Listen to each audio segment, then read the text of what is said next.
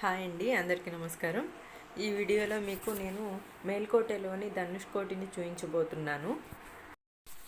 ముందు వీడియోలో చూపించినట్టు చలువనారాయణ స్వామి టెంపుల్ నుంచి ఒక 3-4 కిలోమీటర్స్ ఉంటుందండి.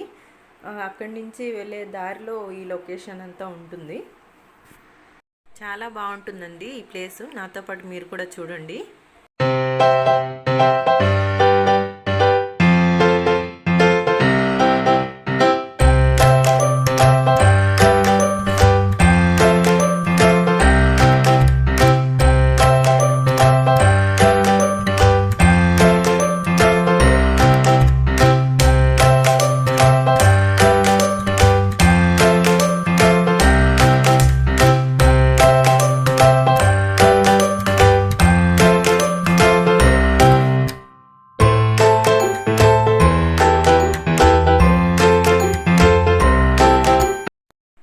ఇంతకు ముందు అయితే రోడ్ సరిగా లేదండి. ఇప్పుడు చాలా బాగా చేశారు, చాలా డెవలప్ అయ్యింది.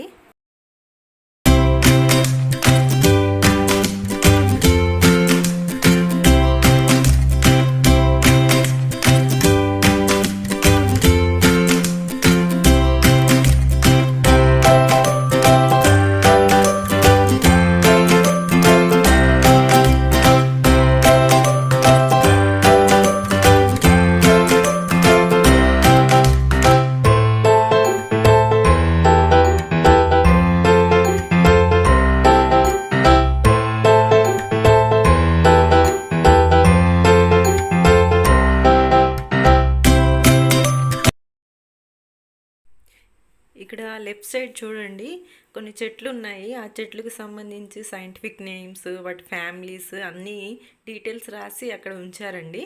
ఆ బోర్డ్స్ అవే, వాటికి సంబంధించినవే.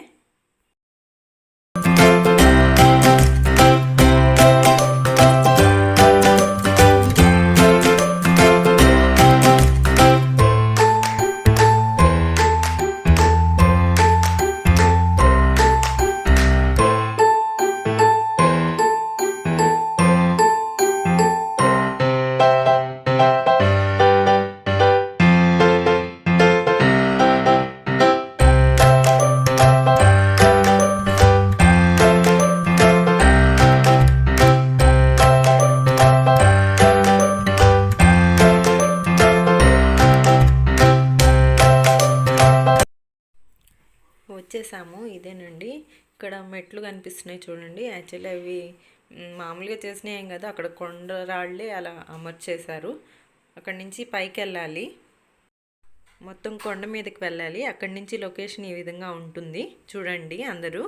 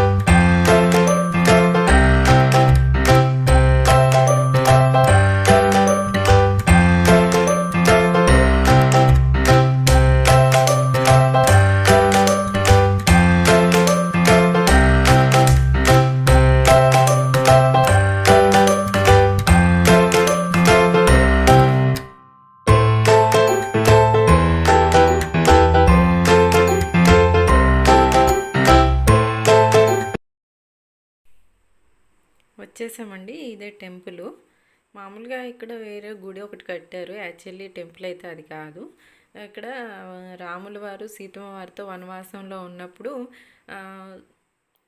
సీతమ్మ వారికి దాహం వేస్తుందంట. దాహం తీర్చడానికి అక్కడ నీరు వచ్చే ప్రదేశాలు ఏమీ లేవంట. అప్పుడు ఈ కొండ మీద రాముల వారు బాణం సంధిస్తారట. అప్పుడు నీరు ఈ విధంగా వస్తాయి ఆ కొండ ప్రాంతంలో నుంచి అని చెప్తారు.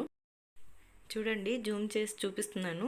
అక్కడ రాముల వారు, సీతమ్మ వారిది, లక్ష్మణుడిది, ఆంజనేయ స్వామిది బొమ్మలు చెక్కున్నాయి కొండ మీద. ఇవి రాముల వారి పాదాలట. ఇవి నిజమైన పాదాలు అని చెప్తారు. రాతి శిల మీద చెక్కారు కదా అవి.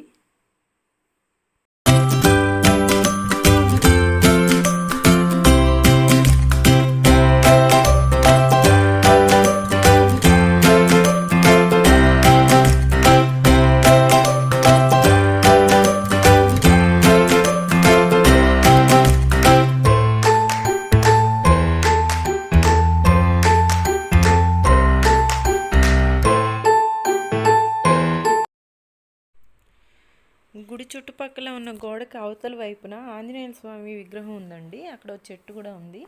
ఆ చెట్టుకి అందరూ గాజులు కట్టున్నారు. భక్తితో అలా కడతారట. ఇక్కడ నుంచి చూస్తుంటే పొలాలు అన్నీ చాలా బాగా కనిపిస్తున్నాయండి. చాలా అందంగా ఉంది.